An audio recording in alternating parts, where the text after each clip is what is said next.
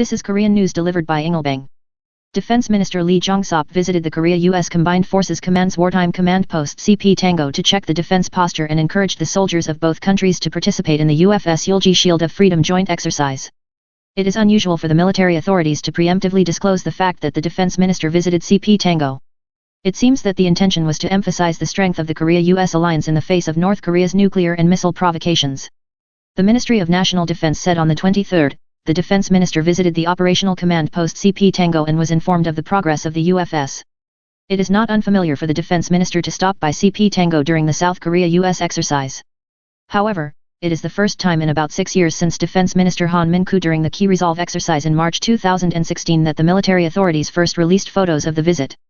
The strong Korea-US combined defense posture is the foundation of the Korea-US alliance, and you are the protagonist and symbol of the Korea-USA alliance, said the Minister of National Defense. We hope that the plan will be verified and supplemented.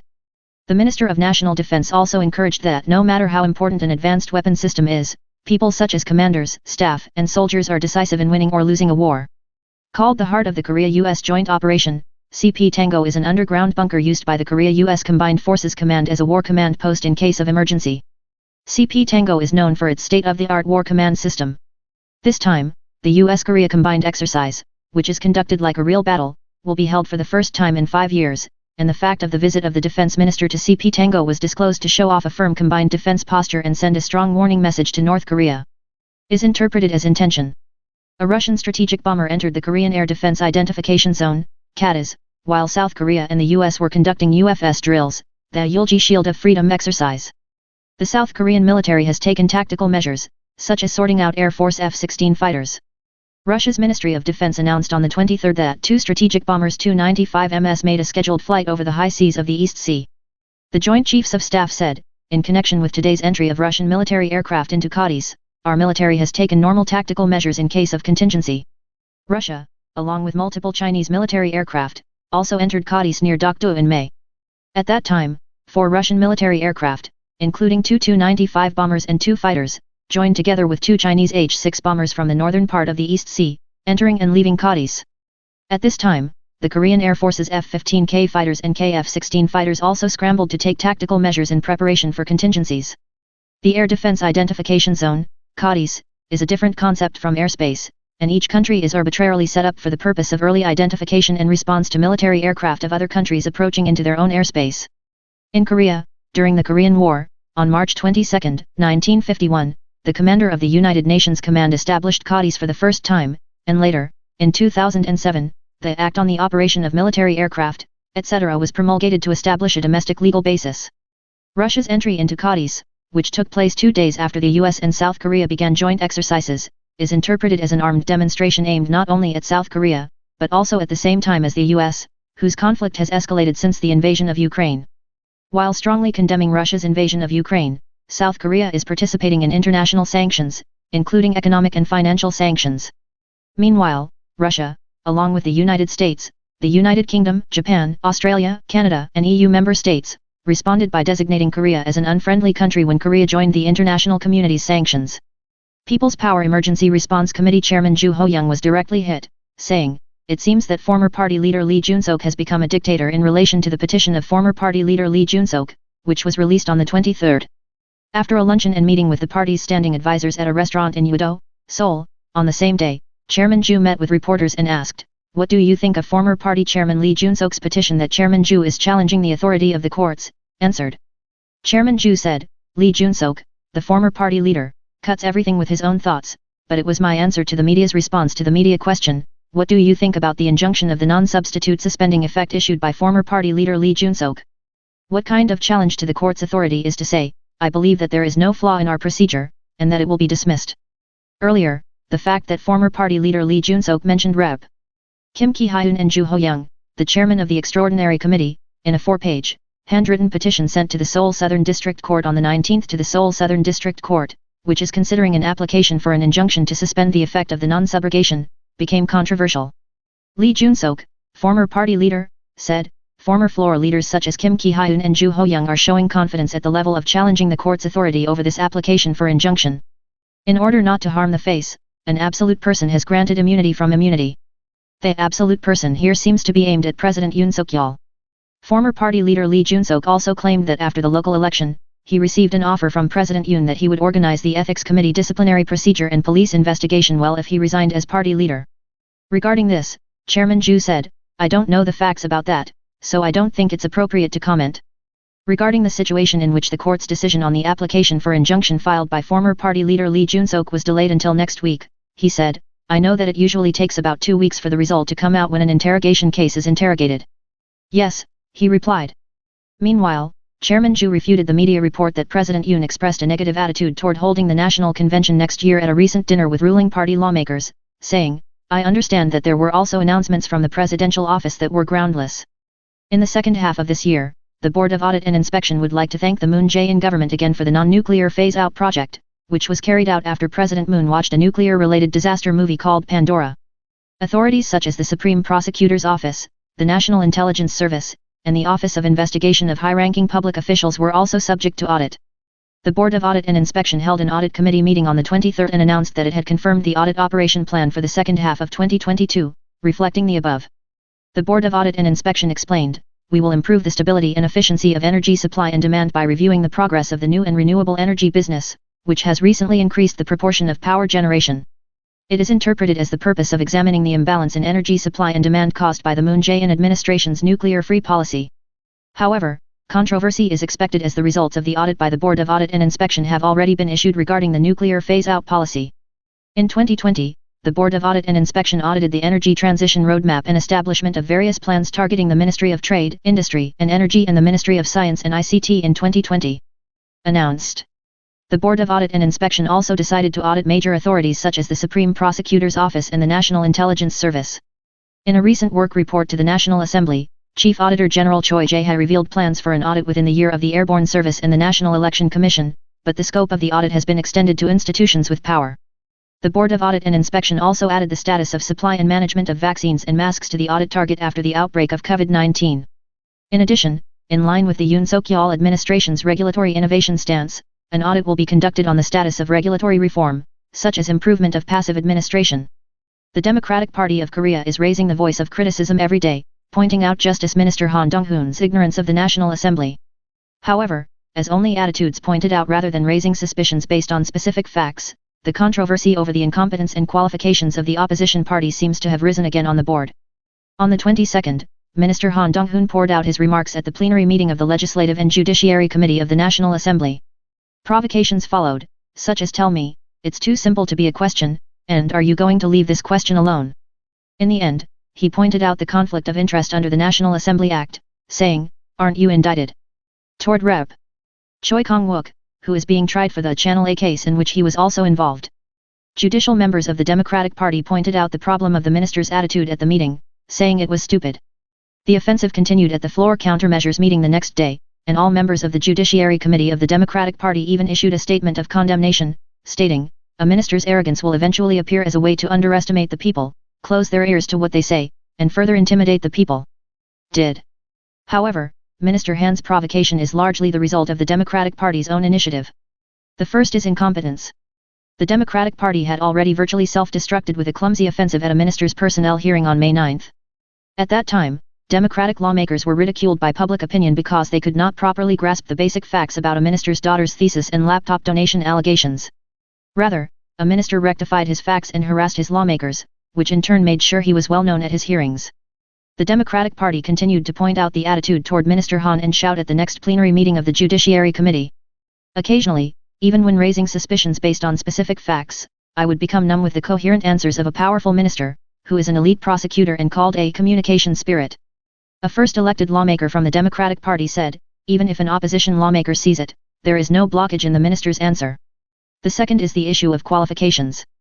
During the Moon Jae-in administration, Minister Han served as the third deputy chief of the Seoul Central District Prosecutor's Office and the head of the Anti-Corruption and Violence Department of the Supreme Prosecutor's Office. As a result, many of the Democratic Party's points of attack on Minister Han appeared to be stabbing the Moon administration's mistakes. A typical example is the national situation. At the National Assembly Budget and Settlement Committee on May 19, when asked by Democratic Party lawmaker Kim Han-young, "Why is there a popular belief that political prosecutors will succeed?" Minister Han said, "The past 3 years have been the worst. I will do my best not to make such a mistake." "Think," he replied. Here, the past 3 years includes a series of processes in which the Moon administration ousted then Prosecutor General Yoon Suk-yeol after the Fatherland incident. In addition, the fact that there are many lawmakers with judicial risks in the Democratic Party during the early days of the administration, which is said to be the most powerful of the president, is also pointed out as an inherent limitation. At the plenary meeting of the Judiciary Committee on the 22nd, Rep. Choi Kong-wook, who was a party to the Channel A case, and Minister Han clashed head-on. In addition, there are voices of concern that the Democratic Party itself may be in danger in the future, as lawmaker Lee Jae-myung, who is likely to be the next party leader, also faces various legal risks, such as the suspicion of his wife's corporate card. Minister of Justice Han Dong-hoon has a briefing on the amendment bill and the repeal of the enforcement rules at the briefing room of the Ministry of Justice in the Gwacheon Government Complex on the afternoon of the 11th. Minister Han announced that he would restore some investigative powers through revision of the enforcement decree ahead of the so-called complete inspection, which will take effect from the 10th of next month. Reporter Wang Jin-won. The third is justification. The Democratic Party is on the offensive, arguing that the enforcement ordinance of the Ministry of Justice pushed by Minister Han undermined the legislative purpose of restricting the prosecution's investigative powers. However, Minister Han opposes the claim that there are no legal flaws, and rather points out the problems of the check and run, completely deprived of the prosecution's investigative authority, enforced by the Democratic Party. A minister seems to have noticed and strongly refute the fact that it is difficult to win public support when asking why a bill that is far from the public opinion is passed using all kinds of trickery and why the enforcement decree is incapacitating the bill. In fact, ahead of the local elections in June, the Democratic Party lost in the branch election as the bill was passed led by lawmakers in Gangseong at the request of Kang Song supporters. It was the result of the general public's turning away from the frustration of the party, which was immersed in the legislative process of censorship, rather than reflecting on the defeat of the presidential election in a situation where public sentiment was difficult due to Corona-19 and the economic crisis.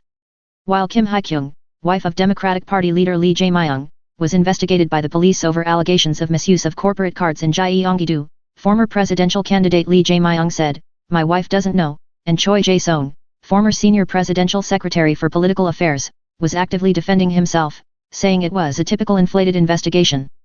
Went out. Kim Hye-kyung, wife of Jae-myung Lee, attended the Anti-Corruption and Economic Crime Investigation Team of the Gyeonggi Nambu Police Agency on the 23rd and was investigated for abuse of power, obstruction of the exercise of right, abuse of power, violation of medical law, and coercion. After 5 hours of investigation, Kim, who left the investigation team, returned without answering reporters' questions about whether she acknowledged the charges or not, just as she did during her attendance. In relation to this, candidate Jae-myung Lee posted on his Facebook page that police officers had a lot of trouble with more than 130 raids, extensive investigation data, and long-term investigations. He said that he once again deeply apologized to the people for receiving this award. Next, former presidential candidate Lee Jae-myung said that his wife had never used a card in the investigation, and that the card was used by his wife's secretary, and that his wife knew that his secretary B spent her own money, and that he also paid for food. The police also claimed that this was not the case.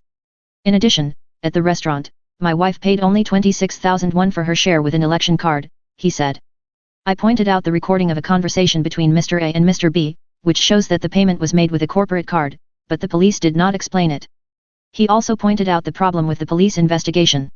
On the 23rd, non-Lee Jae-myung lawmakers, including Democratic Party leader candidate Park Young-jin, launched an all-out attack on the 23rd. The fire was poured out ahead of the voting for the Right Party members in Seoul and Gyeonggi Province, the last primary contest at the August National Convention to elect the next leadership, including the party representative. In particular, candidate Park focused on candidate Jae-myung Lee, who has effectively solidified his position as the next party leader by highlighting the problem of stipulation in the party constitution of the All Rights Party member voting system. On the 24th, the Democratic Party plans to submit a new party constitution to the Central Committee for a vote for or against, stipulating that all party members must vote on an agenda proposed with a joint signature of at least 10/100 of the members of the Rights Party. When candidate Park votes on major issues or decides by voting by all members of the party, everything is decided by a vote for and against without debate. He criticized. Representatives Lee Jae-myung requested the leadership to postpone the voting of the Central Committee scheduled for the 24th. But Woo Sang-ho, chairman of the Emergency Response Committee, practically rejected their proposal. The time difference was evident even around the appearance of Kim Hye-kyung, the wife of candidate Lee Jae-myung, to the police on the 23rd to receive an investigation into the alleged misappropriation of corporate cards. Candidate Park, who was asked about Kim Hye-kyung after the debate with the screaming lawmakers, said, "If candidate Jae-myung Lee is prosecuted for various judicial allegations and brought to trial, anyway, it will inevitably create a lot of pressure for the Democratic Party." It was aimed at circumventing the judicial risk of candidate Lee Jae-myung.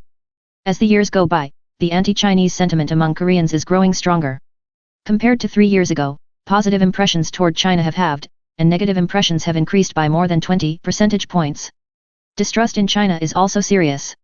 9 out of 10 Koreans said they do not trust China, the highest level among the countries surveyed. The basis of the negative impression on China was a backlash against China's coercive behavior represented by war diplomacy. In particular, it is seen that China's Korean rule, which restricted the Korean wave against the deployment of the high-altitude missile defense THAAD system, which has recently emerged as a detonation between Korea and China, has become a catalyst for anti-Chinese sentiment. In the face of China's coercive policy, there were many opinions that the government should uphold its diplomatic and security sovereignty. Although opinions differed on the additional deployment of THAAD, which President Yoon promised during his time as a candidate, 74.7% of the opinion that the THAAD base in Songju, Gyeongbuk, which is currently in temporary deployment, should be quickly normalized. China's coercive diplomacy is raising public concern more than the US-China conflict.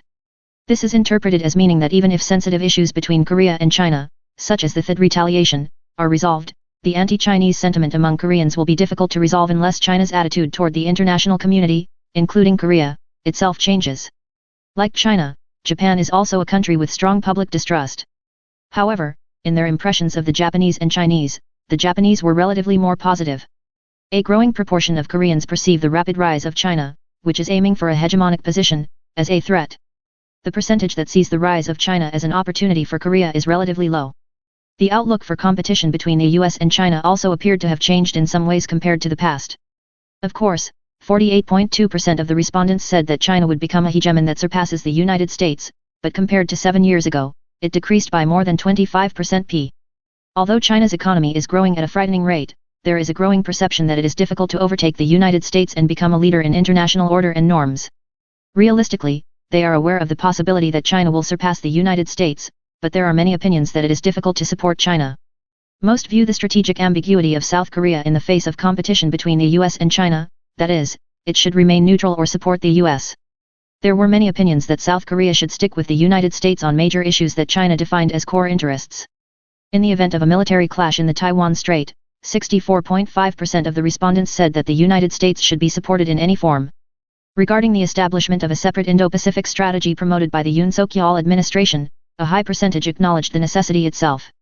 However, opinions differed as to the extent to which the related strategy should be expanded. The most common opinion was that the Indo-Pacific strategy should be expanded only in the economic field, followed by the opinion that the Indo-Pacific strategy should be expanded in all directions including the security field. It was found that the total rental price of houses in Gyeonggi-do, Gyeonggi-do, and Yangcheon-gu, Seoul exceeded 90% of the new contract price.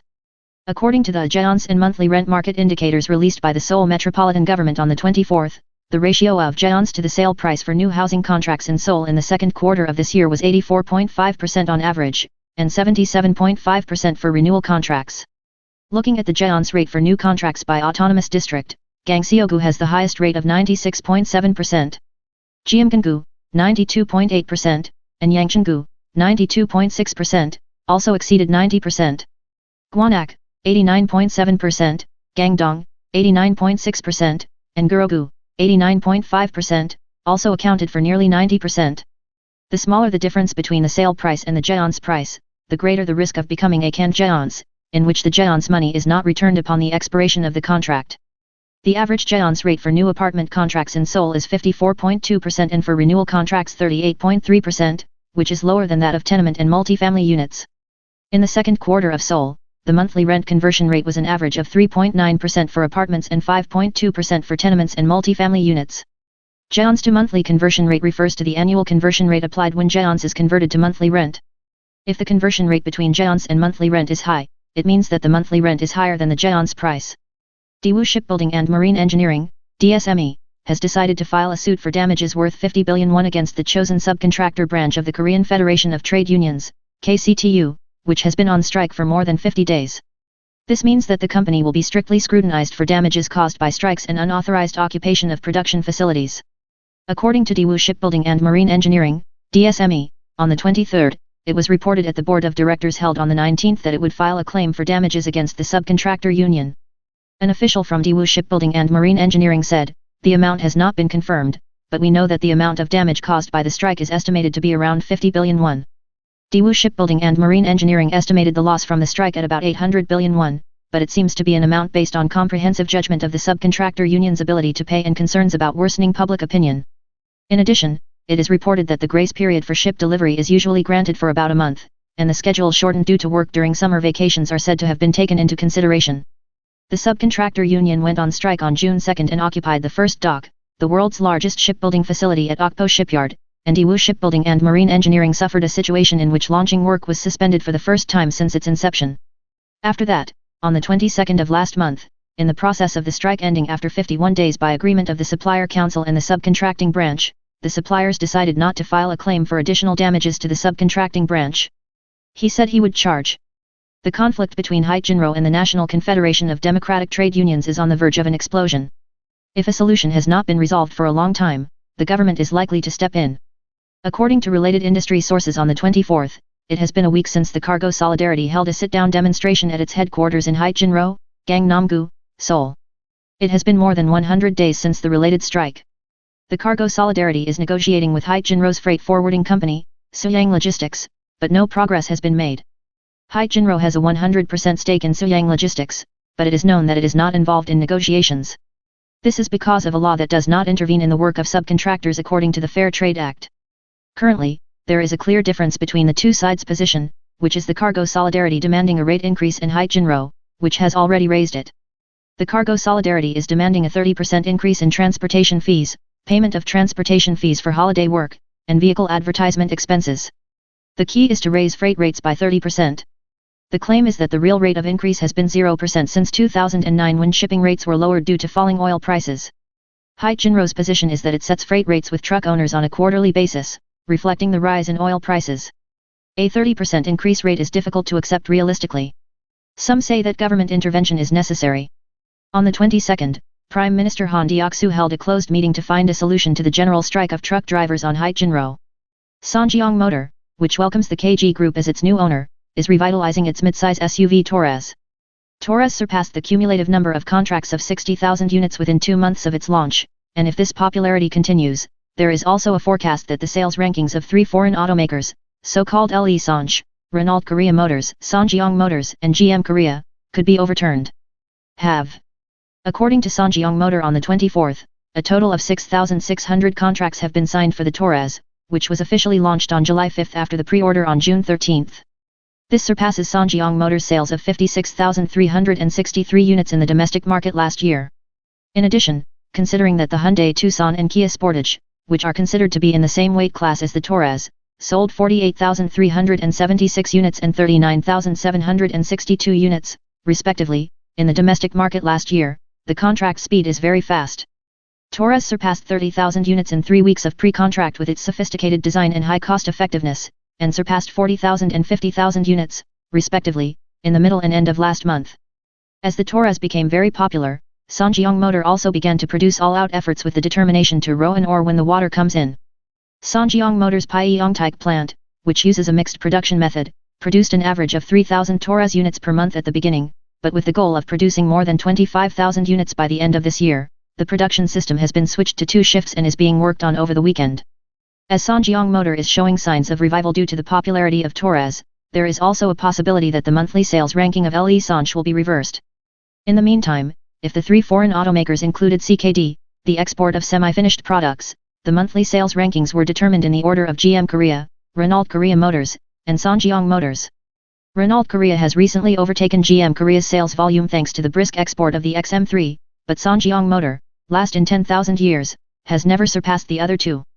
However, considering that Renault Korea Motors and Songjiang Motors sold 16,673 units and 1,752 units, respectively, last month, if Taurus production proceeds smoothly, there is a possibility that Songjiang Motor will catch up with Renault Korea Motors within this year.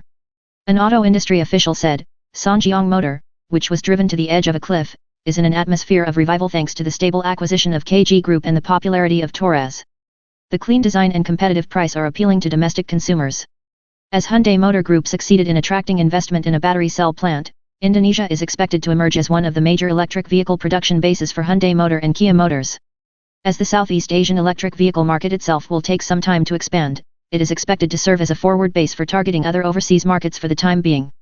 According to industry sources on the 23rd, Hyundai Motor Group recently secured about 783.1 billion won in investment funds for an Indonesian battery cell plant through overseas financial institutions. The battery cell plant to be built jointly by Hyundai Motor Group and LG Energy Solution is scheduled to be completed in the first half of 2023, and battery cell mass production is scheduled to begin in the first half of 2024 the following year. With this investment, it is expected that the Indonesian project of the subsidiaries to stably supply battery cells optimized for electric vehicle models will also be cruising. A Hyundai Motor Group official said, by applying LG Energy Solutions' new high-performance and high-efficiency battery cell technology to Hyundai Motor and Kia's exclusive electric vehicle models, we will be able to showcase differentiated competitiveness in the heating up global electric vehicle market. ASEAN regions, including Indonesia, have already established themselves as global automobile production bases because labor costs are relatively low. In the future, the production capacity of the electric vehicle market is also expected to develop day by day.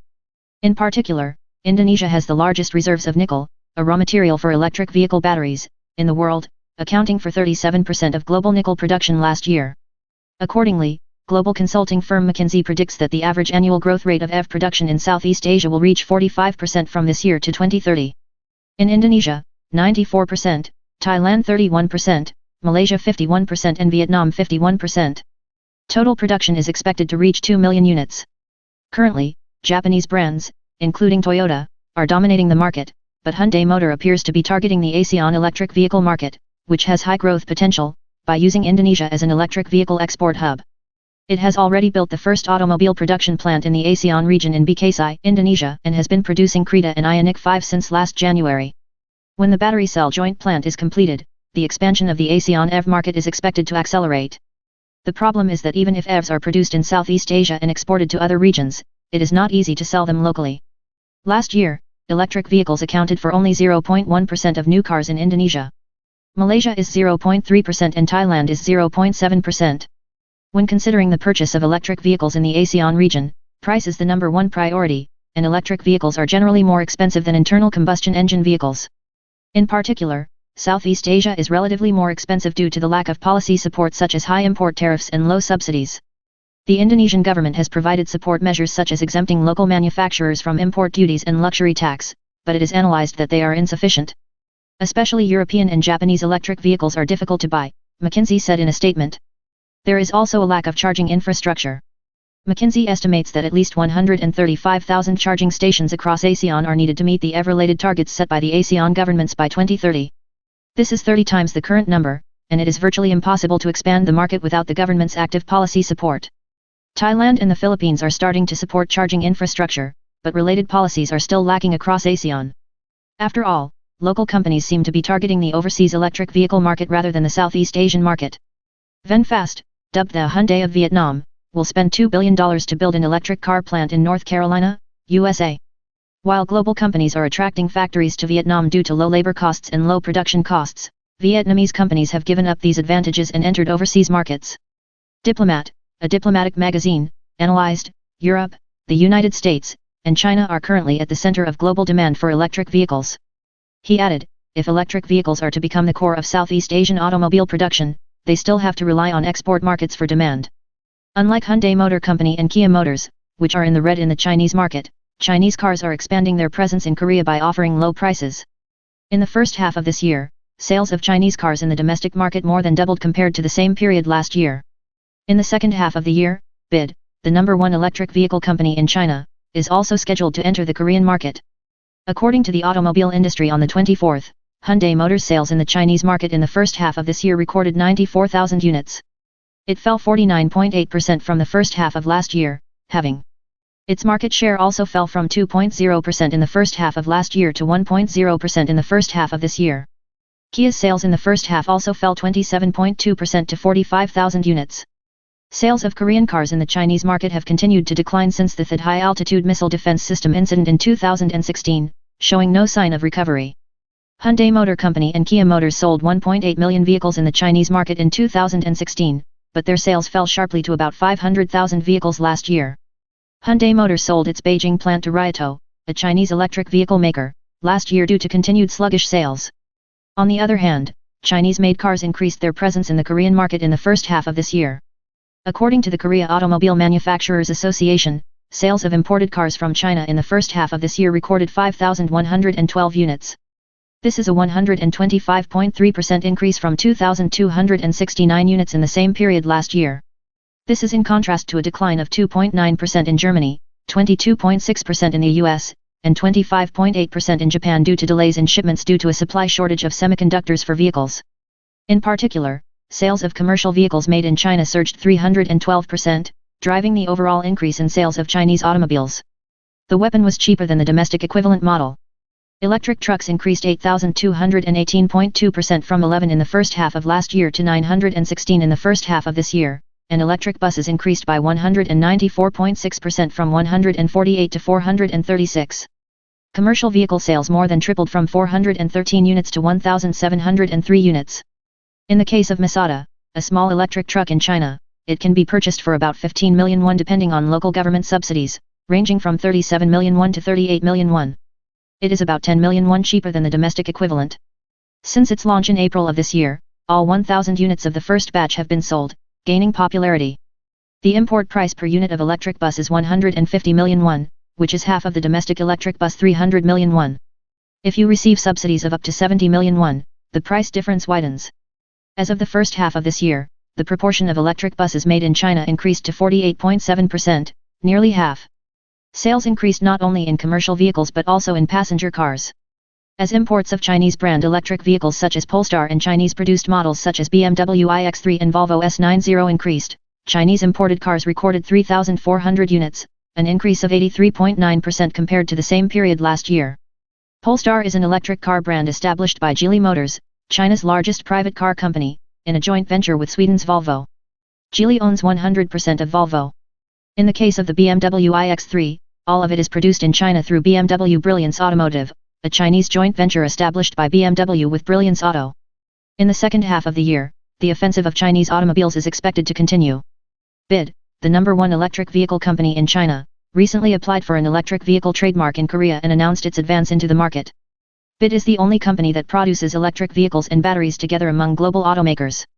BYD's Korean corporation has recently applied for trademarks for 7 models, including Seal, Dolphin, and Ado. Among them, the Seal is a car that BYD has launched targeting the Tesla Model 3. The industry expects that BYD will be the first to launch a Seal in the domestic market. Geely entered the Korean market by acquiring a stake in Renault Korea. Geely is in the process of acquiring a 34.02% stake in Renault Korea for 264 billion won. Geely will become Renault Korea's second largest shareholder. Renault Korea and Geely will develop a hybrid vehicle based on the Volvo electric vehicle-only platform from 2024 and produce it at the Busan plant from 2024. Samsung Electronics sank to 50,000 won again in 7 trading days. This is attributed to the sluggish global stock market due to accelerated US austerity policies and the aftermath of the European energy crisis, which has led to a contraction in investor sentiment in technology stocks. Attention is focused on whether Samsung Electronics Vice Chairman Lee Jae-myeong will be able to create upward momentum as he returns to field management after pardon. According to Market Point on the 23rd, Samsung Electronics closed at 59,101, down 1.5% from the previous trading day. It is the first time in 7 trading days that Samsung Electronics has fallen to the 50,001 level. In addition, while it was bearish for 3 consecutive trading days, the decline also expanded from 1.0% to 1.52% to 1.55%. It was institutions and foreigners who drove Samsung Electronics sell-off that day. Institutions net sold 83.1 billion won and foreigners 57.1 billion won. On the other hand, individuals net bought 142.1 billion won. Looking at the accumulated supply and demand for this month, foreigners turned to net selling of 870 million won as of that day. Institutions were counted as net sellers of 771.9 billion won. Individuals net bought 744.9 billion won this month. The fall in Samsung Electronics stock price is attributed to concerns about austerity policies following hawkish remarks from Federal Reserve members. Markets are already predicting that Fed lawmakers will show their will to tighten at this week's Jackson Hole meeting. As a result, the probability of performing a giant step at the Federal Open Market Committee in September based on the Chicago Mercantile Exchange's FedWatch exceeded the probability of performing a big step on that day. In addition, fears of a European economic slowdown due to the energy crisis caused by Russia's natural gas supply cessation and a drop in the Rhine River level, and the intensifying pressure on the dollar, are also considered factors that exacerbated the investment sentiment among tech stocks. Kim Sok-won, a researcher at Murray Asset Securities, said, the overall technology stocks, including semiconductors and rechargeable batteries, showed weakness. However, There are also views that Vice Chairman Lee can provide an engine for the stock price increase as he begins on-site management after the Liberation Day amnesty. Vice Chairman Lee visited the Jae-myung Semiconductor R&D complex on the 19th as his first on-site management move after the lottery. Industry insiders expect that Vice Chairman Lee will gradually expand the scope of his business activities overseas, including the United States. The stock market also predicted that as Vice Chairman Lee Jae-myung was reinstated, mid to long-term strategies such as mergers and acquisitions and semiconductor super-gap policies would be materialized. The debt of KEPCO, which has not been able to raise electricity rates in a timely manner despite soaring raw material costs, has increased by nearly 30 trillion won in 1 year. As a result, KEPCO is actually the largest among domestic companies, excluding financial companies that take deposits and insurance premiums as debt.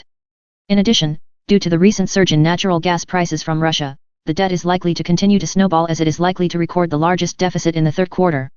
KEPCO is demanding an additional increase in electricity rates, predicting that the issuance of corporate bonds for financing will reach the limit by the end of this year, but the government is cautious considering high prices. The average annual operating loss of KEPCO this year that securities companies forecast is 28.48 trillion won. Considering that an operating loss of 14.33 trillion won was incurred in the first half alone, including a record loss of 7.786 trillion won in the first quarter, it is expected that another 14 trillion won in loss will occur in the second half of the year. International natural gas prices are soaring as Russia announces that it will temporarily shut off all gas pipelines to Europe at the end of this month, which is gradually becoming a reality. The wholesale price of electricity applied by KEPCO when it purchases electricity from power generation companies reached an average of 197.571 per kilowatt-hour from the beginning of this month until the previous day, close to 201. On the other hand, KEPCO's electricity sales unit price is in the range of 110 won to 121, so the more it sells electricity, the bigger the loss. Considering that 3Q is usually a period of high electricity demand due to summer, KEPCO's SOng loss in 3Q may break the record of 1Q, which is an all-time high. KEPCO is first issuing corporate bonds to cover the necessary funds, but starting next year, even this will be difficult. KEPCO issued 20 trillion won of corporate bonds, resulting in the issuance of corporate bonds far exceeding the limit. The Ministry of Trade, Industry and Energy is also reviewing amendments to the KEPCO Act in consideration of this.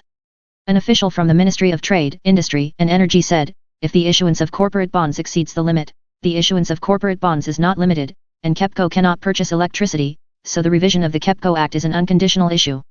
We plan to take that into consideration, he said. However, KEPCO believes that a further increase in electricity rates is necessary. Although the fuel cost adjustment unit price applied to electricity rates was raised by 5 won per kilowatt-hour in the third quarter, it is diagnosed that this alone is insufficient. KEPCO President, appearing at the National Assembly Committee on SMEs and Startups for Trade, Industry and Energy on the 22nd, said, there will be no room for corporate bond issuance by the end of this year. Improvements and amendments to the law are necessary, he said. Semiconductor exports have been on a downward trend this year due to the fall in DRAM prices. In particular, the share of semiconductors in the total export value also fell to the late 10% level this month, and there is an analysis that Semiconductor Korea is shaking. Semiconductors account for about a fifth of Korea's exports, but the actual economic effect is more than that. Domestic semiconductor companies are recording operating profit margins that are as high as those of platform companies such as Google and Microsoft. In the second quarter of this year, the operating profit margin of SK Hynix, which is all in for a single semiconductor product, reached 30%. It is estimated that Samsung Electronics, which has a large proportion of other business divisions such as home appliances and smartphones, would have recorded a profit margin higher than SK Hynix if the operating profit margin of only the semiconductor division was separately calculated. Companies with high operating profit margins pay large amounts of corporate tax, which is a great help to the national economy. In fact, according to the business reports of each company, Samsung Electronics' corporate tax expense last year amounted to 13,444.3 billion won, and SK Hynix's corporate tax expense was also 3.7997 trillion won. Given that the amount of corporate tax collected last year was 65.5 trillion won, the proportion of corporate tax paid by these two companies amounts to 26% of the total corporate tax in a simple calculation.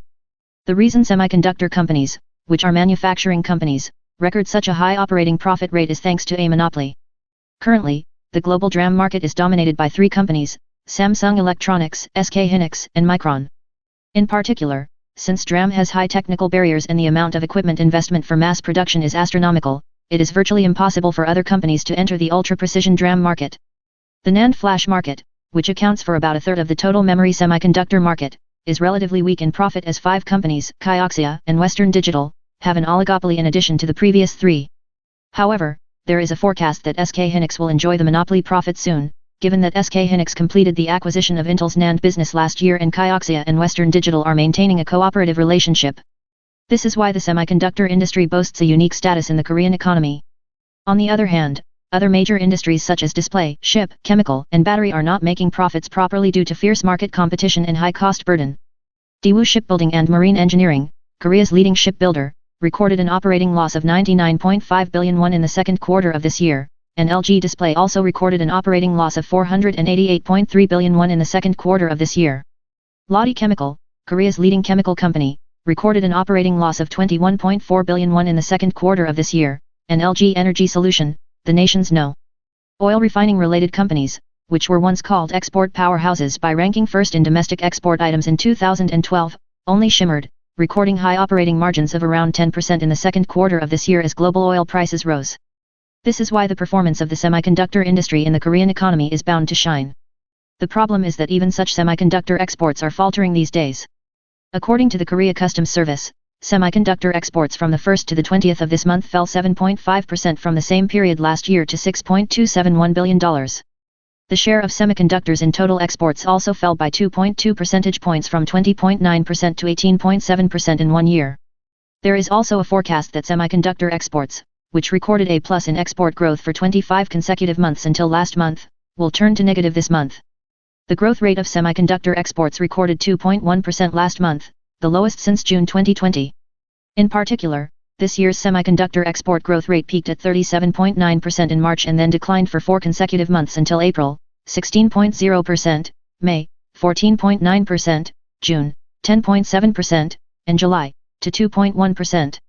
Semiconductor exports, which are the backbone of the Korean economy, have turned to a downward trend and global energy prices such as natural gas have soared. First of all, the trade balance recorded a deficit for the 4th straight month this year, and it is certain that this month will also record a deficit. The trade deficit for 5 consecutive months is the first in over 14 years since April 2008. As of the 1st to 20th of this month, the trade deficit reached a record high of $10.217 billion. This is the first time since 2016 when related statistics began to be compiled. The trade deficit exceeded $10 billion from the 1st to the 20th of this year. As a result, it is predicted that the country will record the largest trade deficit in history this year. At the end of this month, the Ministry of Trade, Industry and Energy announced an export promotion policy centered on technology advancement strategies for each industry, aiming for a rebound, but the effect is expected to be limited. Both a rebound in semiconductor prices and a drop in energy prices are not easy to expect for the time being, and the trade balance with China is sure to record a deficit for the 4th straight month. U.S. Ford Motor Company has gone through massive layoffs. It is interpreted to reduce the cost burden in order to strengthen investment in electric vehicles. The Wall Street Journal reported on the 22nd that Ford plans to lay off 3,000 employees. Of these, 2,000 are full-time employees, and the remaining 1,000 are employees hired by subcontractors in the form of dispatch. It is reported that the notification will begin this week for employees in the United States, Canada, and India. Ford plans to invest the money saved by the layoffs into areas such as electric vehicles and software development. Ford executives said in an email to employees that the layoffs meant redistributing resources and improving the cost structure behind competitors. Ford has an opportunity to lead a new era of electric vehicles, he said. Ford chief executive Jim Farley said he would cut the company's costs by $3 billion by 2026, saying the company had too many people in certain fields. The future of Korea-China relations, which celebrates the 30th anniversary of diplomatic ties, is closely related to Xi Jinping's third term in office. The 20th National Congress of the Communist Party of China to be held this fall will be the place to confirm Xi Jinping's third term in office. It was foretold when Xi Jinping revised the constitution in 2018 to remove the 3-term limit on the president, which has been in place since 1982. The two principles that Deng Xiaoping made to prevent the concentration of power in one person, the principle that a candidate for the next supreme leader must be designated in advance before the leadership of one period resigns, and the collective leadership system, have disappeared. Xi Jinping's ambitions do not seem to end there. After his third term is confirmed, he is expected to go down the path of long-term rule by taking the title of chieftain of the people, like the title of great chieftain obtained by Mao Zedong, and acting as the de facto final decision-maker until his death, like Deng Xiaoping. Regarding the outlook on the 23rd, the director of the Beijing office of the Institute for Foreign Economic Policy said, even after the 20th Party Congress, we will continue the existing policies. We will implement policies, and internally, we will focus on resolving the problems of disparities such as income and the rich and poor, he said. Xi Jinping is expected to focus on the unification of Taiwan, especially after his third term in office, emphasizing the great revival of the Chinese nation. This is because Xi Jinping can only be recognized as having achieved achievements comparable to that of Mao Zedong's founding of the country and Deng Xiaoping's reform and opening up only when he completes One China, the historical mission of the Communist Party of China and the aspiration of the Chinese nation. In this process, friction with the US trying to block China's rise is inevitable, and the fierce confrontation between the US and China is expected to cast dark clouds on the Korean peninsula. China occupied Taiwan and crossed the first chain, the imaginary line connecting the islands in the Pacific, Okinawa, Taiwan, the Philippines, and the Malacca Straits, the second chain, Ogasawara Islands, Guam, Saipan, Papua New Guinea, and the third chain, the Aleutian Islands, Hawaii, and New Zealand. It has a goal to advance to the Pacific Ocean and seize the hegemony of the Pacific. The United States is trying to block China's advance in the Pacific with its allies as China can advance as far as Guam in the Pacific Ocean, which is the front yard, if the first chain is penetrated. In addition, the US has recently increased the level of pressure on semiconductors to gain an edge in the high-tech competition with China. If China takes over Taiwan, it will be able to secure Taiwan's core semiconductor facilities and technicians, including TSMC, the world's largest semiconductor foundry. This increases the likelihood that the US pressure will be useless. As part of the Yangtze River bottomed out due to the record drought that hit China, hydroelectric power and water transportation, as well as major business activities, were in danger of being halted. According to the British Guardian on the 22nd, a drought warning was issued across China on the 19th, with an unusually high temperature expected to continue until September in southwestern China. Sichuan province, which relies on hydroelectric power for 80% of its total energy, is facing a serious situation as the water level of the Yangtze River plummets. As the water level in a hydroelectric reservoir in Sichuan province plummeted by half, the Sichuan province local government issued a crisis alert at the highest level, especially serious. The demand for electricity has increased by 25% due to the unusually high temperature this summer. The decrease in hydropower generation is also affecting the population decline in Chongqing and Hebei provinces. Sichuan province last week stopped or limited electricity supply to thousands of factories and implemented a ration system for the general public. Toyota, Foxconn and several Tesla plants have also reportedly been temporarily shut down for the past 2 weeks. The Yangtze River, the third largest in the world, is a source of drinking water for 400 million Chinese and an essential transportation route for the Chinese economy. Water levels dropped to record lows this summer, shocking global supply chains. This year, the water level in major sections of the Yangtze River is less than 50% of the average for the past 5 years. The drought is affecting at least 2.4 million people and directly affecting 2.2 m hectares of farmland in Sichuan, Hebei, Hunan, and Chongqing. Drinking water trucks are distributing water to areas where the water source has dried up. In Chongqing, a 600-year-old Buddha statue that was submerged as the river bottomed out was revealed. Major rivers around the world, including the Colorado River in the United States and the Rhine and Loire rivers in Europe, are drying up due to record high temperatures. Chinese authorities view drought and high temperatures as the aftermath of the climate crisis. Li Zul, in charge of forecasting at the National Climate Center, compared the drought and heat waves last week to a pressure cooker. We have to face the fact that similar heat waves will occur frequently in the future. That will be the new normal. On the 20th, the highest level of red alert due to high temperature and drought was issued for the 10th day in a row in most of China. The government will refund the excess amount in cases where the medical expenses paid by patients last year exceeded the upper limit for each individual. The Ministry of Health and Welfare and the National Health Insurance Corporation announced on the 23rd that from the 24th, medical expenses spent last year will be paid in excess of the individual out-of-pocket limit. In order to alleviate the personal burden caused by excessive medical expenses, the government is implementing a medical cost CO payment cap system that returns to the insured independence if the total annual CO payment exceeds the individual upper limit. The upper limit of out-of-pocket expenses varies according to the 10 income quintiles, and the higher the income quintile, the higher the upper limit. The upper limit ranges from 810,000 won to 5.84 million won per person. A total of 2.386 trillion won will be paid to 1,749,831 people. The average amount paid is 1.36 million won per person.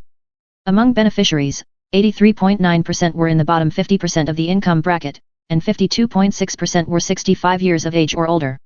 The number of recipients of this payment increased by 89,188, 5.4%, compared to the previous year, and the amount of payment increased by 138.9 billion won, 6.2%. The rate of increase in payments slowed from the previous year, 12.2%, as the number of mild and outpatient treatments decreased due to the prolonged COVID-19. The Health Insurance Corporation will send a notice to the recipient of the payment from the 24th.